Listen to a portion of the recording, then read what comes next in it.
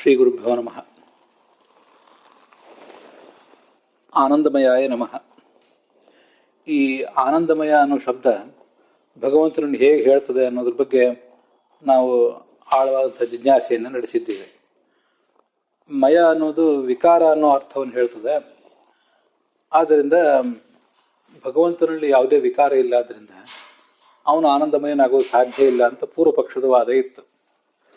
ನಾವು ಅದ್ರ ಬಗ್ಗೆ ಬೇಕಾಷ್ಟು ಹೇಳಿದ್ದೇವೆ. ಮಯ ಅನ್ನೋದು ವಿಕಾರ ಅನ್ನೋ ಅರ್ಥವನ್ನು ಹೇಳಬೇಕಾಗಿಲ್ಲ, ಅದು ಪ್ರಧಾನ ಅನ್ನೋ ಅರ್ಥವನ್ನು ಹೇಳ್ತದೆ ಅಂತ. ಅದಕ್ಕಾಗಿ ವಿಕಾರ ಶಬ್ದ ಅನ್ಯತಿಯನ್ನು ಪ್ರಾಚುರ್ಯಾತ್ ಅಂತನ್ನುವಂಥ ಸೂತ್ರವು ಕೂಡ ಹೊರಟಿದೆ. ಅದರ ಬಗ್ಗೆ ಅಭಿನವ ಚಂದ್ರಿಕಾ ಟಿಪ್ಪಣಿಯಲ್ಲಿ ಏನಿದೆ ಅದನ್ನು ನೋಡ್ತಾ ಇದ್ದೀವಿ. ಈ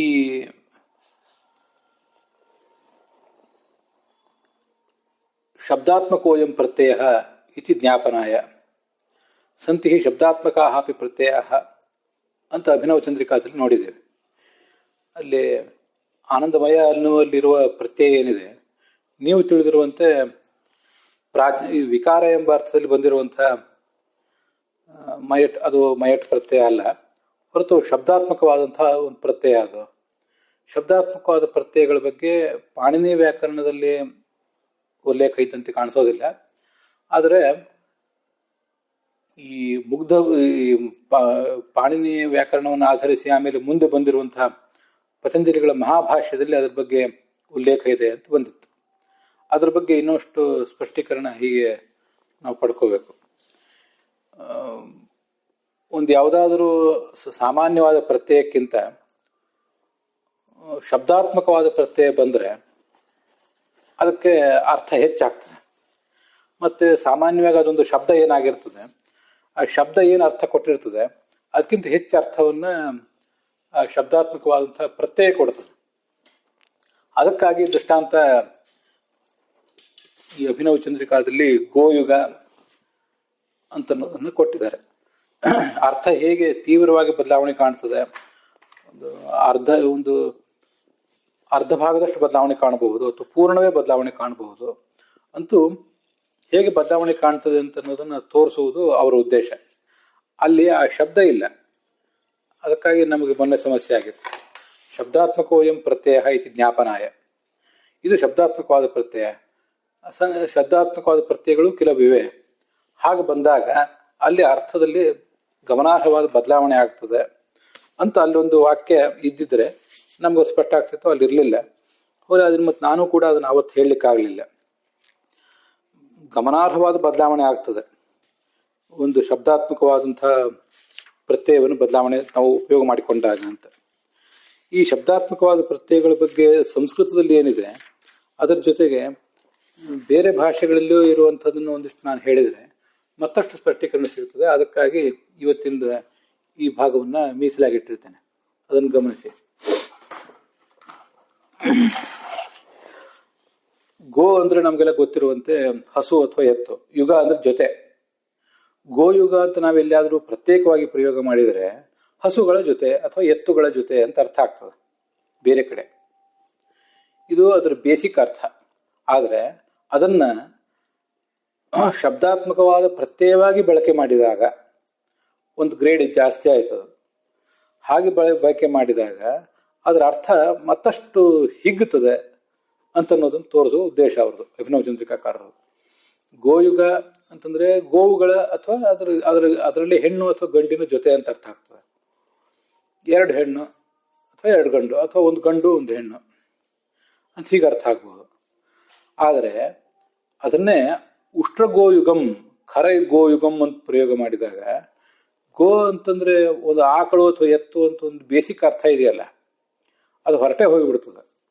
ಒಟ್ಟಾರೆ ಒಂದು ಪ್ರಾಣಿ ಅಂತ ಅರ್ಥ ಆಗಿಬಿಡ್ತದೆ. ಅದಕ್ಕೆ ಒಂಟೆಗಳ ಜೊತೆ, ಕತ್ತೆಗಳ ಜೊತೆ ಅಂತ ಅದಕ್ಕೆ ಅರ್ಥ ಆಗಿಬಿಡ್ತದೆ. ಇದು ನೋಡಿ, ಬೇಸಿಕ್ ಅರ್ಥವನ್ನು ಕಳ್ಕೊಂಡು ಸ್ವಲ್ಪ ಅದು ಅರ್ಥ ವ್ಯಾಪ್ತಿಯನ್ನು ಪಡ್ಕೊಂಡದ್ದು. ಇದನ್ನೇ ಬೇಸಿಕ್ ಅರ್ಥವನ್ನು ಕಳ್ಕೊಂಡು ಅರ್ಥ ವ್ಯಾಪ್ತಿಯನ್ನು ಪಡ್ಕೊಳ್ಳೋದು ಏನಿದೆ ಅದು ಸಾಮಾನ್ಯ ಜನರಿಗೆ ಗೊತ್ತಾಗೋದಿಲ್ಲ. ಗೋ ಅಂದ್ರೆ ಏನು ಅಂತ ಕೇಳಿದ್ರೆ ಆಕಳು ಅಂತಾರೆ.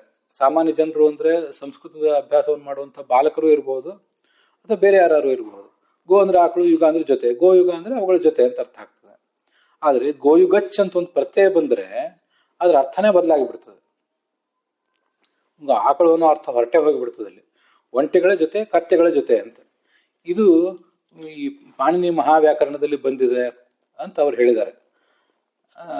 ಯಥಾ ದ್ವಿತ್ವೇ ಗೋಯುಗ ಶಬ್ದ ಪ್ರತ್ಯಯ ವಕ್ತವ್ಯ. ದ್ವಿತ್ವ ಅಂದ್ರೆ ಎರಡು ಪ್ರಾಣಿಗಳಲ್ಲಿವೆ ಅನ್ನೋ ಅರ್ಥದಲ್ಲಿ ಗೋಯುಗ ಅಂತನ್ನುವಂಥ ಶಬ್ದವನ್ನು ಪ್ರಯೋಗ ಮಾಡಬೇಕು. ಪಾಣಿನಿ ವ್ಯಾಕರಣದಲ್ಲಿ ಇದು ಮಹಾಭಾಷ್ಯದಲ್ಲೇ ಬಂದಿರುವಂಥ ವಾಕ್ಯಗಳವು. ಸ್ನೇಹನೇ ತೈಲ ಶಬ್ದಶ್ಚ ಪ್ರತ್ಯಯ ವಕ್ತವ್ಯ. ತೈಲ ಅಂದ್ರೆ ಏನು? ತಿಲ ಅಂದ್ರೆ ಎಳ್ಳು, ಬೇಸಿಕ್ ಅರ್ಥ. ತೈಲ ಅಂದ್ರೆ ತಿಲೇಭ್ಯೋ ಜಾತಂ ತೈಲಂ. ಆದ್ರಿಂದ ತೈಲ ಅಂದ್ರೆ ಮೂಲತಃ ಎಳ್ಳೆಣ್ಣೆ, ಎಳ್ಳಿನಿಂದ ಹುಟ್ಟಿದ್ದು, ಇಷ್ಟೇ ಅರ್ಥ ಆಗ್ತದೆ. ಆದ್ರೆ ಅದನ್ನ ತೈಲಚ್ಚ ಅಂತ ಒಂದು ಪ್ರತ್ಯಯವಾಗಿ ಬಳಸ್ಕೊಂಡು ಇಂಗುದ ತೈಲಂ ಅಂತ ಹೀಗೆಲ್ಲ ಬಳಕೆ ಮಾಡಿದಾಗ ಅದಕ್ಕೆ ಈ ಇಂಗುದಿಯ ಎಣ್ಣೆ, ಹಾಗೆ ಕಡಲೆ ಬೀಜದ ಎಣ್ಣೆ, ಅದಕ್ಕೊಂದು ಬೇರೆ ಆ ಕಡಲೆ ಬೀಜಕ್ಕೆ ಸಂಬಂಧಪಟ್ಟಂತೆ ಸಂಸ್ಕೃತ ಶಬ್ದ ಹೇಳಬೇಕು. ನನಗೆ ಇದು ಕೂಡಲೇ ನೆನಪಿಗೆ ಬರ್ತಿಲ್ಲ, ಅದರಿಂದ ಹೇಳಲಿಲ್ಲ ಅಷ್ಟೇ. ಹೀಗೆ ಎಳ್ಳು ಅನ್ನುವ ಅರ್ಥ, ಬೇಸಿಕ್ ಅರ್ಥ ಏನಿದೆ ಅದನ್ನು ಹಿಗ್ಗಿಸಿಕೊಂಡು ಅದು ಇಂಗುದ ಅಥವಾ ಸರ್ಷಪ ತೈಲಂ ಅಂತನೂ ಅಂತಾರೆ, ಅದು ನಿಮ್ಗೆ ಗೊತ್ತದೆ. ಹಾಗೆ ಶೇಂಗಾ ಬೀಜ, ಇವುಗಳೆಲ್ಲದರಿಂದ ಎಲ್ಲವನ್ನೂ ಮರ್ದನ ಮಾಡಿ ತೆಗೆದ ಎಣ್ಣೆ ಒಂದು ಏನಿರ್ತದಲ್ಲ, ಆ ವ್ಯಾಪಕವಾದಂತಹ ಅರ್ಥವನ್ನು ಪಡ್ಕೊಂಡು ಬಿಡ್ತದೆ. ಶಬ್ದಾತ್ಮಕವಾದ ಪ್ರತ್ಯಯವನ್ನು ಬಳಸಲಿಕ್ಕೆ ಇರುವ ಕಾರಣ ಇದೆ. ಬೇಸಿಕ್ ಅರ್ಥವನ್ನ ಬಿಟ್ಟುಕೊಟ್ಟು ವ್ಯಾಪಕ ಅರ್ಥವನ್ನು ತಗೊಳ್ಳೋದು. ನೀವೀಗ ವಿಕಾರ ಅಂತ ಅನ್ನೋದು ಬೇಸಿಕ್ ಅರ್ಥ, ಅದು ತುಂಬಾ ಬೇಸಿಕ್ ಅರ್ಥ. ಅದ್ರ ಬಗ್ಗೆ ಯಾಕೆ ತಲೆ ಕೆಡಿಸ್ಕೊಂಡಿದ್ದೇನೆ? ಅದನ್ನ ನಾವು ಒಂದು ಶಬ್ದಾತ್ಮಕವಾದ ಪ್ರತ್ಯಯ ಅಂತ ತಗೊಂಡ್ಬಿಟ್ರೆ ಅದಕ್ಕೆ ಪ್ರಚುರ ಹೀಗೆಲ್ಲ ಅನೇಕ ಅರ್ಥಗಳು ಬಂದುಬಿಡ್ತವೆ, ಅಭಿನ್ನ ಇತ್ಯಾದಿ ಅನೇಕ ಅರ್ಥಗಳು ಅಂತ ಹೇಳುವುದು ಅಭಿನವ ಚಂದ್ರಿಕಾಕಾರರ ಉದ್ದೇಶ. ಇಂಗುದ ತೈಲಂ, ಅಲ್ಲಿ ಭವನೇ ಕ್ಷೇತ್ರೆ ಅದನ್ನ ಶಾಕಡ ಶಬ್ದಸ್ಯ ಪ್ರಯೋಕ್ತವ್ಯ, ಅದೇನು ಅರ್ಥ ನಾನು ನೋಡ್ಲಿಕ್ಕೆ ಹೋಗಿಲ್ಲ, ನಮ್ಗೆ 2 ಉದಾಹರಣೆಗಳು ಸಾಕು. ಮತ್ತು ಈ ಪಾಣಿನಿ ವ್ಯಾಕರಣದಲ್ಲಿ ಇದು ಬಂದಿಲ್ಲ, ಅದರ ಮಹಾಭಾಷ್ಯದಲ್ಲಿ ಬಂದಿದೆ. ಈ ಪಾಣಿನಿ ವ್ಯಾಕರಣವನ್ನು ಅವಲಂಬಿಸಿ ಮೊದಲು ಇರೋದು ನಮ್ಗೆ ಗೊತ್ತಿರುವಂಥದ್ದು ವೃತ್ತಿ, ಅಂದ್ರೆ ಅದಕ್ಕೆ ವಾರ್ತಿಕ ಮಾಡಿದ್ದಾರೆ ಹೊರರುಚಿಗಳು, ಮತ್ತೆ ವೃತ್ತಿ ಮಾಡಿದ್ದಾರೆ, ಆಮೇಲೆ ಅದಕ್ಕೆ ಭಾಷ್ಯ ಬಂದಿದೆ. ಅಂತೂ ಮೂಲ ಪಾಣಿನಿ ಯಾವ್ದಾವ್ದನ್ನು ಸಂಗ್ರಹ ಮಾಡಿದ್ದಾರೆ, ಅದನ್ನ ಅಲ್ಲಿ ಸಂಗ್ರಹದಲ್ಲಿ ಏನಾದರೂ ಕೊರತೆಗಳು ಕಾಣಿಸಿದರೆ ಅದನ್ನು ತುಂಬಲಿಕ್ಕಾಗಿ ಮತ್ತೆ ವಾರ್ತಿಕಗಳಿವೆ, ಪರಿಭಾಷೆಗಳಿವೆ. ಆಮೇಲೆ ಅದನ್ನೂ ಎಲ್ಲವನ್ನೂ ಮೀರಿ ಪತಂಜಲಿಗಳ ಮಹಾಭಾಷ್ಯ ಇದೆ. ಅದರಲ್ಲಿ ಅದು ವ್ಯಾಕರಣ ಶಾಸ್ತ್ರದ ಅಧ್ಯಯನದಲ್ಲಿ ಒಂದು ಬಹಳ ದೊಡ್ಡ ಅಧ್ಯಯನ, ಅದು ಪತಂಜಲಿಗಳ ಭಾಷೆ ಅಧ್ಯಯನ ಮಾಡೋದು ಅಂದ್ರೆ. ಹೀಗೆ ಹೆಚ್ಚಿನ ವಿಷಯಗಳನ್ನ ಕವರ್ ಮಾಡ್ತದೆ. ಅದೇ ಥರ ನನಗೆ ಇದ್ರ ಬಗ್ಗೆ ಸಾಕಷ್ಟು ಇನ್ನಷ್ಟು ವಿಚಾರ ಮಾಡೋಣ ಅಂತ ಈಗ ಹೊರಟಾಗ ಈ ಮುಗ್ಧಬೋಧ ವ್ಯಾಕರಣ ಅಂತ ಒಂದು ವ್ಯಾಕರಣ, ಆ ವ್ಯಾಕರಣದಲ್ಲಿರುವಂತಹ ವಿಷಯಗಳು ಕೂಡ ಕೆಲವು ಗಮನಕ್ಕೆ ಬಂದವು. ಅದ್ರಲ್ಲೇನು ಬೇರೆ ವಿಷಯ ಇಲ್ಲ, ಇದೇ ಪಾಣಿನಿಗಳು ಏನು ಹೇಳಿದ್ದಾರೆ, ಪಾಣಿನಿ ಎಲ್ಲ ಪತಂಜಲಿಗಳು ಏನು ಹೇಳಿದ್ದಾರೆ ಅದರದನ್ನೇ ಮುಗ್ಧಬೋಧ ವ್ಯಾಕರಣದಲ್ಲಿ ಬೋಪದೇವ ಅನ್ನುವರು ಅದನ್ನು ವಿವರಿಸಿದ್ದಾರೆ. ಅದಕ್ಕೆ ಸಂಬಂಧಪಟ್ಟಂತ ಮಾಹಿತಿಗಳನ್ನು ಕೂಡ ನಿಮಗೆ ಕಳಿಸಿದ್ದೀನಿ, ನೀವು ಅಲ್ಲಿ ಗಮನಿಸಬಹುದು. ಗೋಯುಗ ಅಂತಂದ್ರೆ ಅದು 2 ಎತ್ತುಗಳ ಜೊತೆ ಅಂತ ಅರ್ಥ ಆಗ್ತದೆ. ಅದೇ ಗೋಯುಗ ಅದು ಮುಂದೆ ನೋಡಿ ದ್ವಿತ್ವೇ ಗೋಯುಗಚ್ ಅಂತ ಶಬ್ದ. ಇಲ್ಲಿ ಈ ಅಭಿನವ ಚಂದ್ರಿಕಾದಲ್ಲಿ ದ್ವಿತ್ವೇ ಗೋಯುಗ ಶಬ್ದ ಅಂತಿದೆ ನೋಡಿ, ಅಲ್ಲಿ ಗೋಯುಗಚ್ ಶಬ್ದ, ಅದೇನೋ ಸ್ವಲ್ಪ ಮುದ್ರಣ ದೋಷ ಇದ್ದಿರಬಹುದು. ವಸ್ತುತಃ ಅದು ಈ ತೈಲಚ್ ಶಬ್ದಶ್ಚ ಅಂತ ಮುಂದೆ ಇದೆ ನೋಡಿ. ತೈಲಚ್ ಶಬ್ದ ಅಂತ ಅನ್ನೋದೊಂದು ಹೇಗೊಂದು ಪ್ರತ್ಯಯನೋ ಹಾಗೆ ಗೋಯುಗಚ್ ಅಂತ ಅನ್ನೋದೊಂದು ಪ್ರತ್ಯಯ. ಪ್ರಾಯ ಅಲ್ಲಿ ಮುದ್ರಣ ದೋಷ ಇರಬೇಕಾಗಿಲ್ಲ. ಗೋಯುಗಚ್, ನಾವು ಮೊದಲೆಲ್ಲ ಅದನ್ನು ಓದುವಾಗ ಗೋಯುಗ ಶಬ್ದ ಅಂತಿಷ್ಟೇ ಓದಿಬಿಟ್ಟೆ ನಾನು ಕೂಡ ಪ್ರಮಾದದಿಂದ. ಆದ್ರೆ ವಸ್ತುತಃ ಅದು ಗೋಯುಗಚ್ ಅಂತ. ಅಚ್ಚ ಅನ್ನೋದು ವ್ಯಾಕರಣವನ್ನು ಓದಿದವರಿಗೆ ನಿಮ್ಗೆ ಗೊತ್ತಿರ್ತದೆ, ಅದಕ್ಕೆ ಇತ್ ಸಂಜ್ಞಾ ಬಂದು ಅದು ಹೊರಟೋಗ್ತದೆ, ಅದು ಉಳಿಯೋದಿಲ್ಲ. ಕೊನೆಗೆ ರೂಪವನ್ನು ಮಾಡುವಾಗ ಅದು ಉಳಿಯೋದಿಲ್ಲ. ತೈಲ ಚ ಪ್ರತ್ಯಯ, ಹೌದು, ಚ ಉಳಿಯೋದಿಲ್ಲ, ತೈಲ ಮಾತ್ರ ಉಳಿತದೆ, ಅದು ಶಬ್ದಾತ್ಮಕವಾದ ಪ್ರತ್ಯಯ. ಹಾಗೆ ಗೋಯುಗಚ್ ಎಂಬಲ್ಲಿ ಚ ಉಳಿಯೋದಿಲ್ಲ, ಗೋಯುಗ ಮಾತ್ರ ಉಳಿತದೆ. ಗೋಯುಗ ಮಾತ್ರ ಉಳ್ಕೊಂಡು ಉಷ್ಟ್ರ ಗೋಯುಗಂ ಖರ ಗೋಯುಗಂ ಅಂತ ಅರ್ಥ ಆಗಿಬಿಡ್ತದೆ. ಉಷ್ಟ್ರ ಅಂದ್ರೆ ಒಂಟೆಗಳು, ಖರ ಅಂದ್ರೆ ಕತ್ತೆ ಅಂತ ಹೀಗೆ ಅರ್ಥ ಆಗ್ತದೆ. ಹೀಗೆ ಗೋಯುಗ ಅಂತ ಮೂಲತಃ ಒಂದು ಶಬ್ದ ಇದೆಯಲ್ಲ, ಆಕಳುಗಳು ಎತ್ತುಗಳ ಜೊತೆ ಅನ್ನುವ ಅರ್ಥವನ್ನು ಹೇಳುವ ಶಬ್ದ, ಅದು ಒಂದು ಪ್ರತ್ಯಯವಾಗಿ ಪರಿಣಮಿಸಿ ಅದು ಚಕಾರವನ್ನು ಯಾಕೆ ಹೇಳಿರ್ತಾನೆ ಅಂದ್ರೆ ಅದು ಕೆಲವು ಟೆಕ್ನಿಕಲ್ ಉದ್ದೇಶ ಅಷ್ಟೇ ಅವನಿಗೆ. ಅದ್ರ ಬಗ್ಗೆ ನಾವಿಲ್ಲಿ ಚರ್ಚೆ ಮಾಡಬೇಕಾಗಿಲ್ಲ, ಅದು ಕೊನೆಗೆ ಉಳಿಯೋದಿಲ್ಲ ಅದು.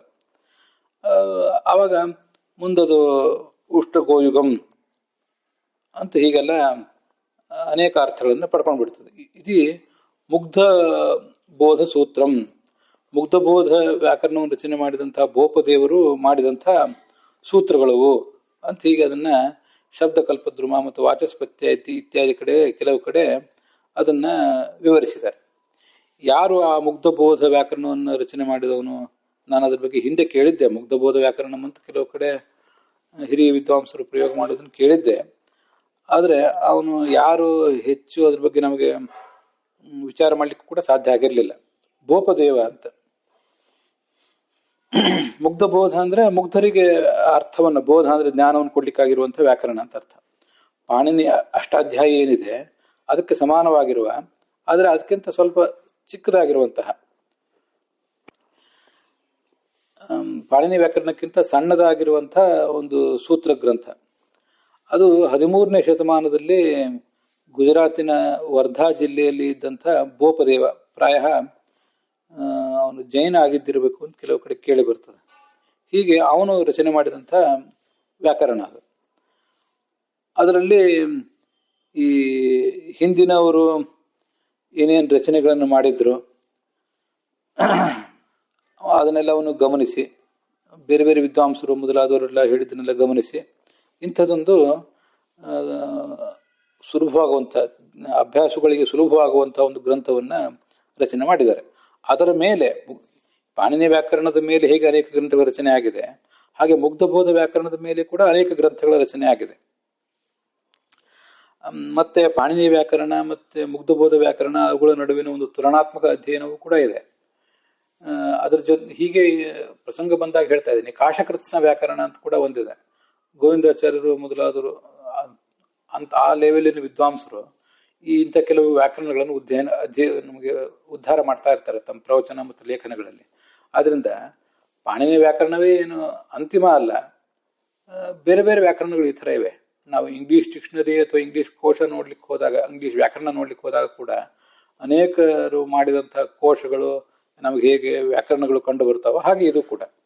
ಆದ್ರಿಂದ ಪಾಣಿನಿ ವ್ಯಾಕರಣ ಅಂತ ಅನ್ನೋದು ಅಂತಿಮ ಅಲ್ಲ ಅನ್ನೋದಕ್ಕೆ ನಮಗೆ ಈಗ ಸಿಗ್ತಾ ಇರುವಂತ ಇದೊಂದು ಅಂಶನೂ ಕೂಡ ನಮಗೆ ಗೊತ್ತಾಗ್ತದೆ, ಅದು ಗೊತ್ತಿರಲಿ. ಹೀಗಿದು ಆ ಬೋಪದೇವ ಅವನು ರಚನೆ ಮಾಡಿದಂಥ ಒಂದು ಗ್ರಂಥದಲ್ಲೂ ಕೂಡ ಇದ್ರ ಬಗ್ಗೆ ಉಲ್ಲೇಖ ಇದೆ. ಅಲ್ಲಿ ಇಷ್ಟೆಲ್ಲ ಅಧ್ಯಯನ ಮಾಡಿದ ಆದಮೇಲೆ ಈ ಆಂಗ್ಲ ಭಾಷೆಯಲ್ಲಿ ಬಂದಿರುವಂಥ ಒಂದೆರಡು ಉದಾಹರಣೆಗಳನ್ನು, ಹೀಗೆ ಸಂಬಂಧಪಟ್ಟಂಥ ಒಂದೆರಡು ಉದಾಹರಣೆಗಳನ್ನ ನಿಮ್ಮ ಎದುರಿಗೆ ಹಂಚ್ಕೋಬೇಕು ಅಂತ ನನಗೆ ಕಾಣಿಸ್ತು. ಅದು ಯಾಕೆ ಹಾಗೆ ಮಾಡೋದು ಅಂದರೆ, ಒಂದು ಭಾಷೆಯ ಅಧ್ಯಯನ ಮಾಡುವಾಗ ಇನ್ನೊಂದು ಭಾಷೆಯಲ್ಲಿ ನಮಗೀಗಾಗಲೇ ಗೊತ್ತಿರುವಂಥ ವಿಷಯಗಳನ್ನೇನಾದರೂ ನಾವು ಅವಲಂಬಿಸ್ಕೊಂಡ್ರೆ ಅದಕ್ಕೆ ಈ ಭಾಷೆಗಳ ಅಧ್ಯಯನದಲ್ಲಿ ಒಂದು ಸ್ಪಷ್ಟ ತಿಳುವಳಿಕೆ ಬರ್ತದೆ. ಈಗ ನೋಡಿ, ಬೇಸಿಕ್ ಶಬ್ದ ಏನಿದೆ ಅದಕ್ಕೆ ಅರ್ಥದ ಒಂದು ಸೀಮಿತತೆ ಇರ್ತದೆ. ಅದು ಶಬ್ದಾತ್ಮಕವಾದ ಪ್ರತ್ಯಯವಾಗಿ ಬಳಸಲ್ಪಟ್ಟಾಗ ಅದಕ್ಕೆ ಒಂದು ವ್ಯಾಪ್ತಿ ಬರ್ತದೆ ಅಂತ ನಾನು ಹೇಳಿದೆ. ಅಂಥದ್ದೊಂದು ಉದಾಹರಣೆ ಮತ್ತು ಇದೇ ಗೋವು, ಕತ್ತೆ, ಎಮ್ಮೆ ಇದಕ್ಕೆ ಸಂಬಂಧಪಟ್ಟದೊಂದು ಉದಾಹರಣೆನೇ ನನಗೆ ಕೋಶದಲ್ಲಿ ಹಿಂದೆ ಓದಿದ ನೆನಪಿತ್ತು. ಮತ್ತೆ ಇಂಗ್ಲಿಷ್ ಸಾಹಿತ್ಯದಲ್ಲಿ ಕೂಡ ಓದಿದ ನೆನಪಿತ್ತು, ಅದಕ್ಕೆ ಹೇಳ್ತಾ ಇದ್ದೀನಿ. ಈಗ ಕೌ ಅಂದ್ರೆ ನಮಗೆಲ್ಲ ಗೊತ್ತಿರುವಂತೆ ಆಕಳು ಅಂತ ಅರ್ಥ, ಆಕ್ಸ್ ಅಂದ್ರೆ ಎತ್ತು ಅಂತ ಅರ್ಥ. ಇದು ಬೇಸಿಕ್ ಅರ್ಥ. ನೀವು ಅದನ್ನ ಸ್ವಲ್ಪ ಹಿಗ್ಗಿಸಿ ಬದಲಾವಣೆ ಮಾಡ್ಕೋತಾರೆ. ಕೇವಲ ಆಕಳು ಅಂತ ಅರ್ಥ ಅಲ್ಲ, ಯಾವುದೇ ಕೌ ಅಂದ್ರೆ ಯಾವುದೇ ಒಂದು ಹೆಣ್ಣು. ಅದು ಯಾವುದು ಅಂದ್ರೆ ಈ ಸಸ್ತನ ಪ್ರಾಣಿಗಳಿರ್ತಾವಲ್ಲ, ಮ್ಯಾಮಲ್ಸ್, ಅದರಲ್ಲಿ ಸ್ವಲ್ಪ ದೊಡ್ಡದಾಗಿರ್ಬೇಕು. ಸ್ವಲ್ಪ ತೀರಾ ಸಣ್ಣ ಸಣ್ಣ ಪ್ರಾಣಿ ಯಾವುದು ಇಲಿ, ಬೆಕ್ಕು ಅಂಥದ್ರ ಬಗ್ಗೆ ಹೇಳೋದಿಲ್ಲ ಅವರು. ತಿಮಿಂಗಲಗಳ ಬಗ್ಗೆ ಹೇಳಿದ್ದಾರೆ. ಸೀಲ್ ಅಂತ ಸಮುದ್ರದಲ್ಲಿ ವಾಸ ಮಾಡುವಂಥ ಮತ್ತೊಂದು ಪ್ರಾಣಿ ಇರ್ತದೆ. ಹಿಪ್ಪೋಪಟಮಸ್ ನೀರಾನೆ, ರೈನಾಸ್ ಅಂದ್ರೆ ಖಡ್ಗಮೃಗ, ಮತ್ತೆ ಆನೆ, ಅದು ಇನ್ನೂ ಕೆಲವಿದೆ, ಮ್ಯಾನೇಟ್ಸ್ ಅಂತ, ಹಾಗೆ ಮೂಸ್ ಅಂತ ಏನೋ ಒಂದಿದೆ. ಮೂಸ್ ಅಂದ್ರೆ ಇಲಿನೋ ಮತ್ತೇನೋ, ಅದ್ರ ಬಗ್ಗೆ ನಾನು ಹೆಚ್ಚಿಗೆ ಜಿಜ್ಞಾಸೆ ಮಾಡ್ಲಿಕ್ಕೆ ಹೋಗೋದಿಲ್ಲ. ನಮ್ಗೆ ಗೊತ್ತಿರುವಂತೆ ಹಿಪ್ಪೋಸ್, ರೈನೋಸ್, ಎಲಿಫೆಂಟ್ಸ್ ಮತ್ತೆ ವೀಲ್ಸ್, ಸೀಲ್ಸ್, ನಮ್ಗೆ ಇವೆಲ್ಲ ಗೊತ್ತಿದ್ದೇ ಇದೆ. ಈ ಪ್ರಾಣಿಗಳ ಪರಿಚಯ ನಂಗಿದ್ದೇ ಇದೆ, ನೋಡಿ ಪರಿಚಯ ಇಲ್ಲದೆ ಹೋದ್ರು ಓದಿ ಪರಿಚಯ ಇದೆ. ಅಲ್ಲಿ ಕೌ ವೇಲ್ ಅಂತ ಪ್ರಯೋಗ ಮಾಡಿದರೆ ಹೆಣ್ಣು ತಿಮಿಂಗಿಲ ಅಂತ ಅರ್ಥ ಆಗ್ತದೆ. ಕೌ ಸೀಲ್ ಅಂತ ಪ್ರಯೋಗ ಮಾಡಿದರೆ ಅದಕ್ಕೆ ಹೆಣ್ಣು ಸೀಲ್ ಅಂತ ಅರ್ಥ ಆಗ್ತದೆ. ಹಾಗೆ cow rhinoceros, cow hippo, cow elephant ಇಲ್ಲಿ ಜೊತೆ ಕೊಟ್ಟಿಲ್ಲ. ಆದರೆ ಇನ್ನು ಬೇರೆ ಕಡೆ ಕೆಲವು ಪ್ರಯೋಗಗಳು ನೋಡಿದ್ದೀನಿ, ಅಲ್ಲಿ ಹಾಗೆ ಕೌ ಅನ್ನೋದನ್ನ ಈ ಎಲಿಫ್ಯಾಂಟ್ ಅನ್ನೋ ಜೊತೆಗೆ ಸೇರಿಸಿದ್ರೆ, ರೈನೋಸರಸ್ ಜೊತೆಗೆ ಸೇರಿಸಿದ್ರೆ, ಹಿಪ್ಪೋಸ್ ಜೊತೆಗೆ ಸೇರಿಸಿದ್ರೆ ಅವಾಗ ಹೆಣ್ಣು ಅಂತ ಅರ್ಥ ಆಗ್ತದೆ. ಈಗ ನೋಡಿ, ಕೌ ಅನ್ನೋದಕ್ಕೆ ಬೇಸಿಕ್ ಅರ್ಥ ಏನಿತ್ತು, ಬರೀ ಆಕಳು ಅಂತ ಅರ್ಥ ಇತ್ತು. ಅದನ್ನ ಈ ಅರ್ಥವನ್ನು ಹಿಗ್ಗಿಸಿ ಬೇರೆ ಕೆಲವು ಶಬ್ದಗಳ ಜೊತೆ ಸೇರಿಸಿದಾಗ ಇದೊಂದು ರೀತಿ ಶಬ್ದಾತ್ಮಕವಾದ ಪ್ರತ್ಯಯ ಆಯ್ತು. ಇದು ಅರ್ಥ ಮಾಡ್ಕೊಳ್ಳಿಕ್ಕೋಸ್ಕರ ಹೇಳಿದೆ. ಇದನ್ನ ಇಂಗ್ಲಿಷರು ಶಬ್ದಾತ್ಮಕವಾದ ಪ್ರತ್ಯಯ ಅಂತಾರೋ ಬಿಡ್ತಾರೋ ಅದು ವಿಚಾರ ಬೇರೆ. ಮತ್ತೆ ನಮ್ಮಲ್ಲಿ ಪ್ರತ್ಯಯ ಅಂತ ಅನ್ನೋದು ಶಬ್ದದ ನಂತರ ಬರ್ತದೆ. ನಮ್ಗೆಲ್ಲ ಗೊತ್ತಿರುವಂತೆ ಚಾಲಕ, ನಿರ್ವಾಹಕ ಹೀಗೆಲ್ಲ ಮೊದಲಾದ ಪ್ರತ್ಯಯಗಳು ಆಮೇಲೆ ಬರ್ತವೆ. ತ್ರಿಚ್ ಪ್ರತ್ಯಯ, ಕರ್ತ, ಹರ್ತ, ಭೋಕ್ತ ಇವೆಲ್ಲ. ಆದ್ರೆ ಇಂಗ್ಲಿಷ್ನಲ್ಲಿ ಕೆಲವು ಸಫಿಕ್ಸ್ ಅಂತಿದೆ, ಕೆಲವು ಪ್ರಿಫಿಕ್ಸ್ ಅಂತಿದೆ. ಪ್ರಿಫಿಕ್ಸ್ಗಳು ಶಬ್ದಕ್ಕಿಂತ ಮುಂಚೆ ಬರ್ತವೆ, ಸಫಿಕ್ಸ್ಗಳು ಶಬ್ದದ ಅನಂತರ ಬರ್ತವೆ. ಹೀಗೆ ಇಲ್ಲಿ ನಾವು ಕೌ ಅಂತ ಏನ್ ನೋಡ್ತಾ ಇದ್ದೀವಲ್ಲ, ಇದೆಲ್ಲ ಪ್ರಿಫಿಕ್ಸ್ ಅಂತ ನಾವು ತಿಳ್ಕೋಬಹುದು, ಮುಂಚೆ ಬಂದಿರುವಂತ ಕೆಲವು ಪ್ರತ್ಯಯಗಳು. ಹಾಗೆ ಅಲ್ಲಿ ಮುಂದೆ ಇನ್ನೊಂದು ಬುಲ್ ಅಂತ ಅನ್ನೋದನ್ನು ಕೂಡ ಕೊಟ್ಟಿದ್ದೀನಿ. ನಾನು ಅವಾಗ ಆಕ್ಸ್ ಅಂತ ಹೇಳಿದೆ, ಆಕ್ಸ್ಗಿಂತ ಬುಲ್ ಅಂತ ಅನ್ನೋದು ಹೆಚ್ಚು ಯೋಗ್ಯ. ಮೊದಲು ಬುಲ್ ಅಂದ್ರೆ ನಮ್ಗೆ ಗೊತ್ತಿರುವಂಥದ್ದು ಎತ್ತು ಅಂತಷ್ಟೇ. ಆದರೆ ಎನಿ ಅಡಲ್ಟ್ ಬೆಳೆದು ನಿಂತಿರುವಂಥ ಯಾವುದೇ ಪ್ರಾಣಿ, bull elephant, bull whale, bull camel, ನೋಡಿ ಇಲ್ಲಿ ಒಂಟೆ ಅಂತ ಕೊಟ್ಟಿದ್ದಾರೆ, ಸೀಲ್, ಹೀಗೆಲ್ಲ ಆ ಬುಲ್ ಅಂತ ಅನ್ನೋದು ತನ್ನ ಮೂಲತಃ ಇರುವಂಥ ಎತ್ತು ಅನ್ನೋ ಅರ್ಥವನ್ನು ಕಳ್ಕೊಂಡು ಯಾವುದೇ ಗಂಡು ಪ್ರಾಣಿ, ಅದು ಕೆಲವುದಕ್ಕೆ ಸಂಬಂಧ, ಎಲ್ಲ ಕಡೆನೂ ಹಾಗೆ ಪ್ರಯೋಗ ಇರೋದಿಲ್ಲ, ಕೆಲವುದಕ್ಕೆ ಸಂಬಂಧಪಟ್ಟಂತೆ. ಇದು ಬುಲ್ ರ್ಯಾಟ್ ಅಂತ ಹೀಗೆಲ್ಲ ಅನ್ನೋದಿಲ್ಲ. ದೊಡ್ಡ ಪ್ರಾಣಿಗಳಿಗೆ ಹೇಳಬೇಕು ಅಂತೇನು ಬಂತಲ್ಲ, ಲಾರ್ಜ್ ಮ್ಯಾಮಲ್ಸ್ ಅಂತ ಬಂದಿದೆ ನೋಡಿ. ಅದರಿಂದ ಹೀಗೆ ಹೇಳ್ತಾರೆ. ಇಂಗ್ಲಿಷ್ನಲ್ಲಿ ಬಂದಿರುವಂಥ ಇವುಗಳನ್ನು ಕೂಡ ಬುಲ್ ಮತ್ತು ಕೌ ಅಂತ ಅನ್ನೋದನ್ನ ಬೇರೆ ಕೆಲವು ಜೊತೆಗಳು ಶಬ್ದದ ಜೊತೆ ಸೇರಿಸಿದಾಗ ಅದು ಕೂಡ ಒಂದು ಶಬ್ದಾತ್ಮಕವಾದ ಪ್ರತ್ಯಯವಾಗಿ ಬದಲಾವಣೆ ಹೊಂದಿ ಅರ್ಥವನ್ನ ಹಿಗ್ಗಿಸ್ತದೆ ಅಂತ ಅನ್ನೋದನ್ನ ನೋಡಬೇಕು. ಹೀಗೇನೆ ನನಗೆ ಬೇರೆ ಕಡೆ ಕೆಲವು ಗೊತ್ತಿರೋದು ಹಿ ಮತ್ತು ಶಿ ಅಂತ. ಹಿ ಅಂದ್ರೆ ಅವನು, ಶಿ ಮತ್ತು ಅವಳು. ಇದನ್ನ ಹಿ ಬಫೆಲೋ, ಶಿ ಬಫೆಲೋ ಅಂತೆಲ್ಲ ಹೇಳ್ತಾರೆ ನನ್ನ ನೆನಪಿರೋ ಪ್ರಕಾರ. ಬಫೆಲೋ ಅಂದ್ರೆ ನಮಗೆ ಕನ್ನಡದಲ್ಲಿ ಎಮ್ಮೆ, ಕೋಣ ಅಂತ ಎರಡು ಬೇರೆ ಬೇರೆ ಶಬ್ದ ಇದೆ. ಆದರೆ ಈ ಇಂಗ್ಲಿಷ್ನಲ್ಲಿ ಬಫೆಲೋ ಅಂತ ಒಂದೇ. ಅದಕ್ಕೆ ಶಿ ಅಂತ ಸೇರಿಸಿದ್ರೆ ಹೆಣ್ಣ ಅಂತ ಅರ್ಥ ಆಗ್ತದೆ, ಹಿ ಅಂತ ಸೇರಿಸಿದ್ರೆ ಗಂಡು ಅಂತ ಅರ್ಥ ಆಗ್ತದೆ. ನೋಡಿ, ಮೂಲತಃ ಅವನು ಅವಳು ಅಂತ ಅರ್ಥ ಇದ್ದದ್ದು, ಆ ಸರ್ವನಾಮ ಅರ್ಥ ಇದ್ದದ್ದು, ಆ ಸರ್ವನಾಮತ್ವವನ್ನೇ ಕಳ್ಕೊಂಡು ಅದು ಅರ್ಥ ವ್ಯಾಪ್ತಿಯನ್ನು ಪಡ್ಕೊಂಡು ಬಿಡ್ತು, ಅರ್ಥವನ್ನು ಹಿಗ್ಗಿಸಿದಂಗಾಯ್ತು. ಇದು ಒಂದು ರೀತಿಯಾದಂತಹ ಶಬ್ದಾತ್ಮಕವಾದ ಪ್ರತ್ಯಯನೇ. ಹೀಗನ್ನ ಅರ್ಥ ಮಾಡ್ಕೊಂಡ್ರೆ ಇಲ್ಲಿ ಕೂಡ ಅರ್ಥ ಮಾಡ್ಕೊಳ್ಳಿಕ್ಕೆ, ಈ ಪ್ರಸಂಗದಲ್ಲಿ ಕೂಡ ಅರ್ಥ ಮಾಡ್ಕೊಳ್ಳಿಕ್ಕೆ ಸಾಧ್ಯ ಆಗ್ತದೆ. ಮಯ ಅನ್ನೋ ಶಬ್ದಕ್ಕೆ ಮೂಲತಃ ನಿಮ್ಗೇನು ಗೊತ್ತಿದೆಯೋ ಅದನ್ನ ಆ ಕಡೆ ಇಟ್ಬಿಡಿ, ಅದನ್ನು ಶಬ್ದಾತ್ಮಕವಾದ ಪ್ರತ್ಯಯ ಅಂತ ತಿಳ್ಕೊಂಡ್ಬಿಟ್ರೆ ನಮ್ಗೆ ಅದು ಅರ್ಥವೇ ಬದಲಾವಣೆ ಹೊಂದಿಬಿಡ್ತದೆ. ವಿಕಾರ ಅನ್ನೋದಲ್ಲಿ ಸಂಬಂಧವೇ ಪಡೋದಿಲ್ಲ, ಹೆಚ್ಚು ದೂರ ಹೋಗಿಬಿಡ್ತದೆ ಅಂತ ಅದ್ರ ತಾತ್ಪರ್ಯ. ನಾವು ವ್ಯಾಕರಣವನ್ನು ಮೊದಲೇನು ಕಲ್ತಿದ್ವಿ 1ನೇ ಕ್ಲಾಸಿನಿಂದ ಹಿಡಿದು, ಆ ವ್ಯಾಕರಣದ ಪ್ರಕಾರ ನಮಗಿರೋ ಸೀಮಿತ ಜ್ಞಾನವನ್ನು ಅವಲಂಬಿಸಿಕೊಂಡು ಸೀಮಿತವಾದ ಸೂತ್ರಗಳು ಮೊದಲಾದವು ನೋಡಿಕೊಂಡು ಒಂದು ಶಬ್ದಕ್ಕೆ ಅರ್ಥ ಹೇಳೋದಕ್ಕಿಂತ ವಸ್ತುಸ್ಥಿತಿ ಏನಿದೆ ಅಂತ ಅನ್ನೋದು ನೋಡಿ ಅರ್ಥ ಹೇಳೋದು ಮುಖ್ಯ ಅಲ್ವಾ. ಭಗವಂತನನ್ನ ಆನಂದಮಯ ಅಂತ ಶ್ರುತಿ ಪ್ರತಿಪಾದನೆ ಮಾಡಿದ್ಮೇಲೆ ಅಲ್ಲಿ ಆನಂದ ವಿಕಾರ ಅವನು ಅಲ್ಲ, ಆದ್ರಿಂದ ಅವನು ಆನಂದಮಯನೇ ಅಲ್ಲ ಅಂತ ಯಾಕೆ ನೀವು ಹಠ ಮಾಡಬೇಕು? ಆನಂದಮಯ ಅಂತ ಭಗವಂತನನ್ನ ಅದು ಹೇಳಿದೆ ಅಂದಮೇಲೆ ಯಾವ ಅರ್ಥದಲ್ಲಿ ಅದು ಆನಂದಮಯ ಅಂತ ಹೇಳಿದೆ ಅಂತ ಹುಡುಕೋದು ನಮ್ಮ ಕೆಲಸ. ಇಲ್ಲದೆ ಹೋದ್ರೆ ಅವನು ಆನಂದಮಯ ಅನ್ನೋ ಶಬ್ದ ವಾಚ್ಯ ಆಗೇ ಆಗಿದ್ದಾನೆ, ಅದು ಯಾಕೆ ಅಂತ ನಾವು ತಿಳ್ಕೊಳ್ಳಿಲ್ಲ, ಅದರಿಂದ ನಮಗೆ ಹಾನಿ ಆಗ್ತದೆ. ನಮ್ಮ ಸೀಮಿತ ಅರ್ಥದಲ್ಲಿ ಅದನ್ನು ಪ್ರಯೋಗ ಮಾಡಬಾರದು ಅಂತ ಅದರ ತಾತ್ಪರ್ಯ. ನೀವೆಲ್ಲೋ ಪಾಣಿನಿ ವ್ಯಾಕರಣ ಓದಿದ್ರಿ, ಅದಕ್ಕಿಂತ ಹೆಚ್ಚಿನ ಅರ್ಥ ಮುಗ್ಧಬೋಧ ವ್ಯಾಕರಣದಲ್ಲಿ ಮತ್ತೆ ಪತಂಜಲಿ ಭಾಷ್ಯದಲ್ಲಿದೆ, ಅಂಥದನ್ನ ಉಪಯೋಗ ಮಾಡಿಕೊಳ್ಳ್ರಿ ಅಂತ ಅರ್ಥ. ಪತಂಜಲಿ ಮಹಾಭಾಷ್ಯದಲ್ಲಿ ಮತ್ತೆ ಮುಗ್ಧಬೋಧ ವ್ಯಾಕರಣದಲ್ಲಿ ಮಯ ಅನ್ನೋದ್ರ ಬಗ್ಗೆ ಉದಾಹರಣೆ ಬಂದಿಲ್ಲ. ಅಲ್ಲಿ ಬಂದಿರುವುದು ಖರ ಗೋಯುಗಚ್ ಪ್ರತ್ಯಯ, ತೈಲಚ್ ಪ್ರತ್ಯಯ ಮತ್ತೆ ಪ್ರಾಯ ಶಾಕಟಚ್ ಪ್ರತ್ಯಯ, ಈ 3 ಉದಾಹರಣೆಗಳ ಬಗ್ಗೆ ಬಂದಿದೆ. ಆ 3 ಉದಾಹರಣೆಗಳನ್ನು ಇಟ್ಕೊಂಡು ಮಯ ಅನ್ನೋ ಶಬ್ದವನ್ನು ನೀವು ಅರ್ಥ ಮಾಡ್ಕೊಳ್ಳಿ ಅಂತ ಹೇಳುವ ಉದ್ದೇಶ ಅವ್ರದ್ದು. ಮಯ ಅನ್ನೋದ್ರ ಬಗ್ಗೆ ಪ್ರಾಯ ಈ ಮಯಚ್ ಅನ್ನೋ ಪ್ರತ್ಯಯ ಪ್ರಾಧಾನ್ಯ ಎಂಬ ಅರ್ಥದಲ್ಲಿ ಇರೋದ್ರ ಬಗ್ಗೆ ಮುಗ್ಧಬೋಧ ವ್ಯಾಕರಣದಲ್ಲಿ ಆಗಲಿ ನೀವು ಮತ್ತೆ ಪತಂಜಲಿಗಳ ಮಹಾಭಾಷ್ಯದಲ್ಲಿ ಆಗಲಿ ಬಂದಿಲ್ಲ. ಅಲ್ಲಿ ಏನು ಬಂದಿದೆಯಲ್ಲ ಆ ಅರ್ಥವನ್ನ ನೀವು ತಿಳ್ಕೊಂಡು ಅದರ ಮೇಲ್ಪಂಕ್ತಿಯಿಂದ ಮಯಟ್ ಅನ್ನುವಲ್ಲೂ ಕೂಡ ತಿಳ್ಕೊಳ್ಳಿ ಅಂತ, ಮಯಟ್ ಅನ್ನುವಲ್ಲೂ ಕೂಡ ತಿಳ್ಕೊಳ್ಳಿ ಅಂತ ಅಭಿನವ ಚಂದ್ರಿಕಾಕಾರರ ಅಭಿಪ್ರಾಯ. ಯಾಕೆ ಅಭಿನವ ಚಂದ್ರಿಕಾಕಾರರು ಮುಗ್ಧಬೋಧ ವ್ಯಾಕರಣ ಮತ್ತು ಪತಂಜಲಿಗಳ ಮಹಾಭಾಷ್ಯವನ್ನು ಕೊಟ್ಟಿದ್ದಾರೆ ಅಂದರೆ, ಯಾವ ವ್ಯಕ್ತಿ ಬಹುತೇಕ ವ್ಯಕ್ತಿಗಳು, ಹೆಚ್ಚಿನ ವಿದ್ವಾಂಸರು ಪಾಣಿನಿ ವ್ಯಾಕರಣವನ್ನೇ ಅವಲಂಬಿಸ್ತಾರೆ. ಅದಕ್ಕಿಂತ ಸ್ವಲ್ಪ ಎಕ್ಸ್ಟ್ರಾ ಅವಲೋಕನ ಇದ್ದವರು ಮುಗ್ಧಬೋಧ ವ್ಯಾಕರಣವನ್ನ ಮತ್ತು ಪತಂಜಲಿಗಳ ಮಹಾಭಾಷ್ಯವನ್ನು ಅವಲೋಕಿಸಿರ್ತಾರೆ, ಕಾಶಕೃತ್ಸ್ನ ವ್ಯಾಕರಣ ಮೊದಲಾದವುಗಳನ್ನು. ಇದೆಲ್ಲವನ್ನೂ ಮೀರಿ ಮಹಾಭಾಷ್ಯ ಅಂತ ಏನಿದೆ, ಮಹಾವ್ಯಾಕರಣ ಅಂತ ಏನಿದೆ, ಮಹಾಭಾಷ್ಯ ಅಲ್ಲ ಮಹಾವ್ಯಾಕರಣ ಅಂತ, ಯಾವುದರಲ್ಲಿ ಹನುಮಂತ ಆನಂದ ಪಟ್ಟಿದ್ದ ಅಂತ ಇದೆಯಲ್ಲ, ಅದನ್ನು ಓದಿದವರು ಬೆರಳಿಕೆ ಎಷ್ಟಿರ್ತಾರೆ. ಈ ಪ್ರಾಯ ನಮಗೆಲ್ಲ ಅದ್ರ ಸೂತ್ರನೇ ಒಂದು 4 ಸೂತ್ರ ಸರ್ವಮೂಲದಲ್ಲಿ ಸಿಗ್ತದೆ ಹೊರತು ಬೇರೆ ಕಡೆ ಏನೂ ಸಿಗೋದಿಲ್ಲ. ಆದ್ರಿಂದ ಅದರ ಪರಿಧಿಯನ್ನು ಮೂಲತಃ ಪಾಣಿನಿ ವ್ಯಾಕರಣ, ಅದಕ್ಕಿಂತ ಸ್ವಲ್ಪ ಜಾಸ್ತಿ ಹೋದರೆ ಮುಗ್ಧಬೋಧ ವ್ಯಾಕರಣ, ಕಾಶಕೃತ್ಸ್ನ ವ್ಯಾಕರಣ ಮತ್ತು ಪತಂಜಲಿಗಳ ಮಹಾಭಾಷ್ಯ. ಅದಕ್ಕಿಂತಲೂ ಹೆಚ್ಚಿನ ವ್ಯಾಪ್ತಿ ಇರುವಂಥದ್ದು, ಅರ್ಥವ್ಯಾಪ್ತಿ ಇರುವಂಥದ್ದು ಮತ್ತು ಹೆಚ್ಚು ನಮಗೆ ಸ್ವೀಕಾರಕ್ಕೆ ಯೋಗ್ಯವಾದ್ದು ಮಹಾವ್ಯಾಕರಣ. ಆದ್ರಿಂದ ಮಹಾವ್ಯಾಕರಣದಲ್ಲಿ ಏನು ಹೇಳಿದ್ದಾರೆ ಅಂತ ಅನ್ನೋದನ್ನು ನೋಡಬೇಕು. ಹಾಗೆ ಆಚಾರ್ಯರು ಬೇರೆ ಬೇರೆ ಅಭಿಧಾನ ರತ್ನಮಾಲಾ ಇತಿ ಅಭಿಧಾನ ಇತಿ ಶಬ್ದಕೋಶೆ ಅಂತೆಲ್ಲ ಬೇರೆ ಬೇರೆ ವಿಚಾರಗಳನ್ನೇನು ಹೇಳ್ತಾರಲ್ಲ, ಅವೆಲ್ಲವೂ ಕೂಡ ಪ್ರಾಯ ವೇದವ್ಯಾಸರು ರಚನೆ ಮಾಡಿದ್ದು, ಹನುಮಂತ ರಚನೆ ಮಾಡಿದ್ದು, ಇಂಥವನ್ನೇ ಆಚಾರ್ಯರು ಕೋಟ್ ಮಾಡಬೇಕಾದ್ರೆ ಅವರು ಭಗವಂತ ರಚನೆ ಮಾಡಿದ್ದಾಗಿರ್ಬೇಕು. ನಾರಾಯಣ ರೂಪದಿಂದ, ಹಯಗ್ರೀವ ರೂಪದಿಂದ, ಕಪಿಲ ರೂಪದಿಂದ, ದತ್ತ ರೂಪದಿಂದ, ವ್ಯಾಸ ರೂಪದಿಂದ, ಅಥವಾ ಇನ್ನು ಕೆಲವು ರೂಪದಿಂದ ಅಂಥ ಗ್ರಂಥಗಳನ್ನು ಕೋಟ್ ಮಾಡ್ತಾರೆ. ಅಥವಾ ತಾನೇ ಎಲ್ಲಿಯಾದರೂ ಗ್ರಂಥವನ್ನು ರಚನೆ ಮಾಡಿದ್ದಿದ್ರೆ ಅವುಗಳನ್ನು ಕೋಟ್ ಮಾಡ್ತಾರೆ. ಇನ್ನು ಕೆಲವು ದೇವತೆಗಳು ಬರೆದ ಗ್ರಂಥಗಳನ್ನು ಕೋಟ್ ಮಾಡ್ಯಾರ. ಅದು ಮಾಡಿದ್ದು ಕಡಿಮೆ ನನಗೆ ಗೊತ್ತಿರೋ ಮಟ್ಟಿಗೆ. ನನ್ನ ದೃಢವಾದ ನಂಬಿಕೆ ಪ್ರಕಾರ ತಾನು ಹಿಂದಿನ ಜನ್ಮಗಳಲ್ಲಿ ರಚನೆ ಮಾಡಿದ ಗ್ರಂಥಗಳನ್ನು ತನಕ್ಕಿಂತಲೇ ಶ್ರೇಷ್ಠನಾದ ಭಗವಂತ ಮತ್ತು ಭಗವತಿ ಯಾವ್ದಾದ್ರು ಗ್ರಂಥಗಳನ್ನು ರಚನೆ ಮಾಡಿದ್ರೆ ಅದನ್ನು ಕೋಟ್ ಮಾಡ್ತಾರೆ. ಹೊರತು ಬೇರೆ ಯಾವ ದೇವತೆಗಳು ರಚನೆ ಮಾಡಿರೋ, ಅನೇಕ ದೇವತೆಗಳು ಹೀಗೆ ರಚನೆ ಮಾಡಿರ್ಬೋದಲ್ಲ ಗ್ರಂಥಗಳನ್ನು, ಅವ್ರು ಮಾಡಿದ್ದನ್ನು ಸ್ವೀಕಾರ ಮಾಡುವುದೇ ಇಲ್ಲ, ಕೋಟ್ ಮಾಡ್ಲಿಕ್ಕೂ ಹೋಗಲ್ಲ. ಹಾಗೆ ಉಳಿದೆಲ್ಲ ಈ ವ್ಯಾಕರಣಕಾರರು, ಇವರ ಕೋಶ, ಅವರ ವ್ಯಾಕರಣ, ಇದ್ಯಾವುದನ್ನು ಸ್ಮೃತಿ ಇತ್ಯಾವುದನ್ನು ಕೂಡ ಅವ್ರು ಕೋಟ್ ಮಾಡೋದಿಲ್ಲ.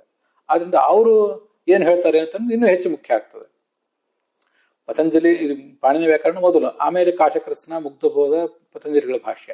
ಅದಕ್ಕಿಂತಲೂ ಹೆಚ್ಚು ಮುಖ್ಯ ಆಚಾರ್ಯರು ಭಾಗವತ ತಾತ್ಪರ್ಯದಲ್ಲಿ ಇತ್ಯಾದಿ ಕಡೆಗಳಲ್ಲಿ ಏನು ಹೇಳಿದ್ದಾರೆ. ನಾವೀಗಾಗಲೇ ಮೊನ್ನೆ ಅದು ನೋಡಿದ್ವಿ. ಮಯ ಅಂದ್ರೆ ಪ್ರಧಾನ ಅಂತ ಅರ್ಥ, ಮಯ ಅಂದ್ರೆ ಪ್ರಚುರ ಅಂತ ಅರ್ಥ, ಇತ್ಯಾದಿ ಅರ್ಥಗಳನ್ನು ನೋಡಿದ್ದೀವಿ.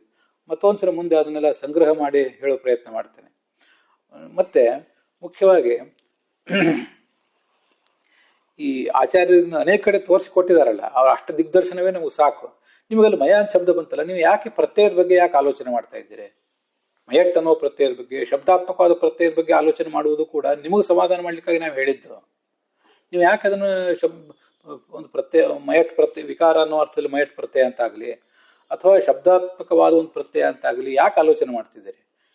ನಿಮಗೆ ಸಮಾಧಾನ ಆಗಲಿ, ಮುಗ್ಧಬೋಧ ವ್ಯಾಕರಣ ಓದ್ದವರು, ಪತಂಜಲಿ ಭಾಷ್ಯ ಓದ್ದವ್ರಿಗೆ ಸಮಾಧಾನ ಆಗಲಿ ಅಂತ ಅದನ್ನು ಹೇಳಿದ್ದು.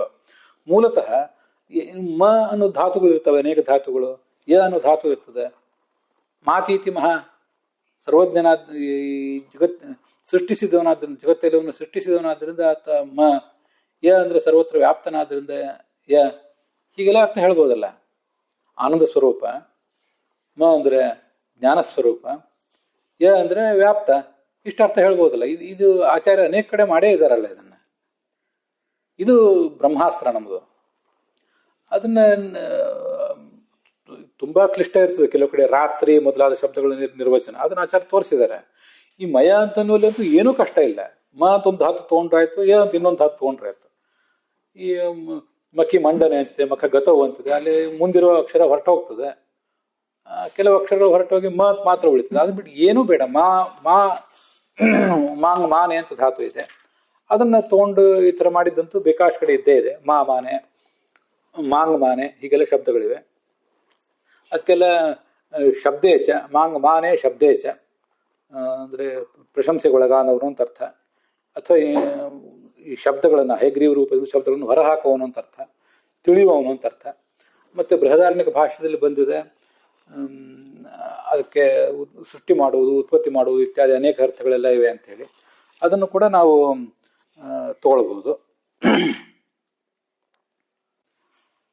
ಮಾನಂ ಜ್ಞಾನಂ ಲಯಶ್ಚೈವ ಮರ್ಯಾದಾ ಚೈವ ಕಥ್ಯತೆ ಉತ್ಪಾದನಂ ಚ ಸಂಖ್ಯಾನಂ ಬಲಂ ಚ ಕ್ವಚಿತ್ ಉಚ್ಯತೆ ಇತಿ ಶಬ್ದ ನಿರ್ಣಯ ಅಂತ ಆಚಾರ್ಯರು ಬೃಹದಾರಣ್ಯಕ ಭಾಷ್ಯದಲ್ಲಿ ಹೇಳ್ತಾರೆ.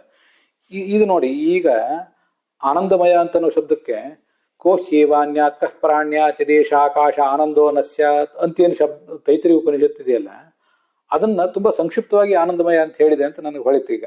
ಯಾಕೆಂದ್ರೆ ಅಲ್ಲೇನಿದೆ, ಈಗ ಯದೇಶ ಆಕಾಶ ಆನಂದೋ ನ ಸ್ಯಾತ್, ಈ ಭಗವಂತ ಆನಂದ ಸ್ವರೂಪನಾಗಿಲ್ದೆ ಹೋಗಿದ್ರೆ ಕೋಶೇವ ಅನ್ಯಾತ್, ಈ ಜಗತ್ತಿನಲ್ಲಿ ಯಾರು ಚಟುವಟಿಕೆ ಮಾಡ್ಲಿಕ್ಕೆ ಸಾಧ್ಯ, ಕಃ ಪ್ರಾಣ್ಯಾತ್, ಯಾರು ಬದುಕಿರ್ಲಿಕ್ಕೆ ಸಾಧ್ಯ. ಅದರ ಅರ್ಥ ನಾವು ಹಿಂದೆ ಅದನ್ನು ನೋಡಿದ್ದೇವೆ. ಭಗವಂತ ಸೃಷ್ಟ್ಯಾದಿಗಳನ್ನು ಮಾಡುವುದು ಯಾವುದೇ ಪ್ರಯೋಜನವನ್ನು ಮಾಡುವುದಲ್ಲ, ಉದ್ದೇಶ ಇಟ್ಕೊಂಡು ಮಾಡುವುದಲ್ಲ. ಅವನು ಸೃಷ್ಟ್ಯಾದಿಕಂ ಹರಿರ್ನೈವ ಪ್ರಯೋಜನ ಅಪೇಕ್ಷಿತು ನ ಕುರುತ್ತೆ. ಇದು ಕೇವಲ ಆನಂದ, ಇದು ಬ್ರಹ್ಮಸೂತ್ರ ಭಾಷೆಯಲ್ಲೇ ಬಂದದ್ದು. ಕೇವಲ ಆನಂದದ ಉದ್ರೇಕದಿಂದ ಅವನು ಮಾಡೋದು ಇದನ್ನೆಲ್ಲ. ಹಾಗಾದ್ರೆ ಅವನ ಉತ್ಪತ್ತಿ ಸ್ಥಿತಿ ಸಂಹಾರ ಮೊದಲಾದ 8 ಚಟುವಟಿಕೆಗಳು ಕೂಡ ಯಾವುದರಿಂದ ಪ್ರೇರಿತ, ಯಾವ ಗುಣದಿಂದ ಪ್ರೇರಿತ ಅಂದ್ರೆ ಆನಂದ ಎಂಬ ಗುಣದಿಂದ ಪ್ರೇರಿತ. ಇದು ನೋಡಿ ಎಷ್ಟು ಚೆನ್ನಾಗಿದೆ. ಅವನು ಆನಂದಮಯ ಆಗಿರುವುದರಿಂದಲೇ ಅವನು ಉತ್ಪತ್ತಿ ಸ್ಥಿತಿ ಸಂಹಾರ ನಮ್ಮ ಬಂಧನ ಮೋಕ್ಷ ಎಲ್ಲವನ್ನೂ ಮಾಡ್ತಿದ್ದಾನೆ. ಆದ್ರಿಂದಲೇ ಅವನ ಆನಂದ, ಆದ್ರಿಂದಲೇನೆ ಆನಂದಮಯ, ಅವನು ಆನಂದ ಆದ್ರಿಂದಲೇ ಜಗತ್ತನ್ನು ಸೃಷ್ಟಿ ಮಾಡ್ತಾ ಇದ್ದಾನೆ. ಅದನ್ನ ಅದು ಈಗ ಬೃಹದಾರಣ್ಯಕ ಭಾಷ್ಯದಲ್ಲಿ ಉತ್ಪಾದನಾ ಮತ್ತು ಲಯ ಅನ್ನೋ ಎಲ್ಲ ಅರ್ಥಗಳು ಕೂಡ ಬಂತು. ಜಗತ್ತಿಗೆ ಸಂಬಂಧಪಟ್ಟದ್ದು ಅವು ಅಲ್ಲಿ 8 ಬರಲಿಲ್ಲ ಲಯ ಅನ್ನೋದ್ರಿಂದ, ಈ ಅಂತೂ ಕೆಲವು ಬಂತು. ಹೀಗೆ ಆನಂದತ್ವಾತ್ ಮಯ. ಈಗ ಇನ್ನೊಂದು ಅರ್ಥ ಮಾಡೋಣ. ಆನಂದಮಯ ಅಂದ್ರೆ ಆನಂದ ಪ್ರಚುರ ಅಂತ ಅರ್ಥ ಮಾಡಿದ್ದು ಅದೊಂದು ಬೇಸಿಕ್ ಅರ್ಥ ಆಯ್ತು. ಆಚಾರ್ಯ ನಮಗೆ ಕೊಟ್ಟಿರುವ ಸೌಲಭ್ಯಗಳನ್ನ ಅನುಸರಿಸಿದ್ರೆ ಅವನು ಆನಂದತ್ವಾತ್, ಆನಂದ ಸ್ವರೂಪನಾದ್ರಿಂದ ಮಯ, ಅಂದ್ರೆ ಜಗತ್ತನ್ನು ಸೃಷ್ಟಿ ಮಾಡುವವನು, ಜಗತ್ತನ್ನು ನಾಶ ಮಾಡುವವನು, ಹೀಗೆಲ್ಲವೂ ಕೂಡ ಗುಣಗಳು ಅವನದ್ದು ಬಂದಿದ್ದು ಈ ಆನಂದದಿಂದಲೇ. ಯಾಕೆಂದ್ರೆ ಬ್ರಹ್ಮಸೂತ್ರ ಭಾಷ್ಯದಲ್ಲಿ ಅದು ಬಂದಿದೆ. ಕುರುತೆ ಕೇವಲ ಆನಂದಾತ್, ಆನಂದಾತ್ ಅನ್ನುವ ಗುಣವನ್ನ ಬೇಸಾಗಿ ಹೇಳಿದ್ದಾರೆ ಅಲ್ಲಿ. ಆ ಆನಂದ ಅನ್ನುವ ಗುಣ ಬೇಸಾಗಿರುವುದರಿಂದ ಎಲ್ಲ ಚಟುವಟಿಕೆಗಳನ್ನು ಮಾಡ್ತಾ ಇದ್ದಾನೆ. ಆದ್ರಿಂದ ಆನಂದಶ್ಚಾಸೋ ಮಯಶ್ಚ, ಆನಂದಮಯ ಪ್ರಚುರ, ಹೀಗೆಲ್ಲ ಅರ್ಥಗಳಾಯ್ತು. ಆನಂದತ್ವಾತ್ ಮಯ, ಆನಂದ ಸ್ವರೂಪನಾದ್ದರಿಂದ ಅವನು ಜಗತ್ತನ್ನು ಸೃಷ್ಟಿಸ್ತಾನೆ, ಪಾಲಿಸ್ತಾನೆ, ನಾಶಪಡಿಸ್ತಾನೆ. ಈ ಅರ್ಥ, ಇದು ಆಚಾರ್ಯ ಹೇಳಿದ ಅರ್ಥ ನಾವು ಅನುಸಂಧಾನ ಮಾಡಲಿಕ್ಕೆ ಇನ್ನೂ ಕೂಡ ಚೆನ್ನಾಗಿದೆ ಅಂತ ನನ್ನ ಭಾವನೆ. ಆದ್ರಿಂದ ನಮ್ಮ ಪಾಣಿನಿ ವ್ಯಾಕರಣ ಅದಾದ್ಮೇಲೆ ಬಂದಿರುವ ಮಹಾಭಾಷ್ಯಾದಿಗಳು ಅದಕ್ಕಿಂತಲೂ ದೊಡ್ಡದು ನಮ್ಗೆ ಸೌಲಭ್ಯ ಇರೋದು ಅಂದ್ರೆ ಮಹಾವ್ಯಾಕರಣ, ಆಚಾರ್ಯ ಕೊಟ್ಟಿರುವಂಥ ಸೌಲಭ್ಯಗಳು. ಅಂಥದನ್ನು ಬಳಸ್ಕೊಂಡು ನಾವು ಅದರ ಅರ್ಥವ್ಯಾಪ್ತಿಯನ್ನು ಹಿಗ್ಗಿಸ್ಕೋಬಹುದು. ಅಲ್ಲಿಗೆ ಇವತ್ತಿನ ಈ ಭಾಗ ಸಮಾಪ್ತವಾಗಿದೆ.